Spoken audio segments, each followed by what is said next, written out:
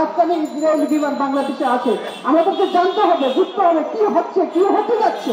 যেদিন আমাদের ঈদ উল ফিতর উদযাপিত হয়েছে, সবাই আনন্দঘন অনুষ্ঠান নিয়ে যারা প্রত্যেকে যখন ব্যস্ত, তখনই দেখা যাচ্ছে ইসরায়েলি একটা বিমান এসেছে। কেন এই বিমানটা এসেছে? যেখানে আমাদের পাসপোর্টে লেখা আছে ইসরায়েলি ভ্রমণ নিষিদ্ধ, স্পষ্ট ভাবে সারাটা জীবন আমরা দেখে আসছি, কিন্তু আজকাল ইসরায়েলি বিমান বাংলাদেশে আছে, আমাদেরকে জানতে হবে, বুঝতে হবে কি হচ্ছে, কি হতে যাচ্ছে, আমাদের দেশে কি আনা হচ্ছে, এটা স্পষ্ট জবাব এই সরকারকে দিতে হবে।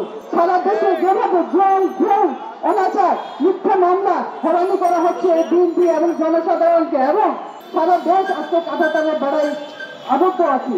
তাই সর্বস্তরে সাধারণ জনসাধারণ, সাধারণ মানুষ এবং আমাদের বিএনপির চেয়ারপারসন, তিনবারে প্রধানমন্ত্রী যিনি গণতন্ত্রের নেলসন ম্যান্ডেলা, তাকে তার মুক্তি দাবি, এবং আমাদের এখানে খাজুল কবির খোকন ভাই আছেন, মীর শারফ মীর নওয়াজ আলী নওয়াজ ভাই, এবং হাবিবুর রহমান ভাই শফু নওয়াজ আলী মীর শরাফত আলী শফু ভাই, তাদের মুক্তি দাবি কামনা করছি।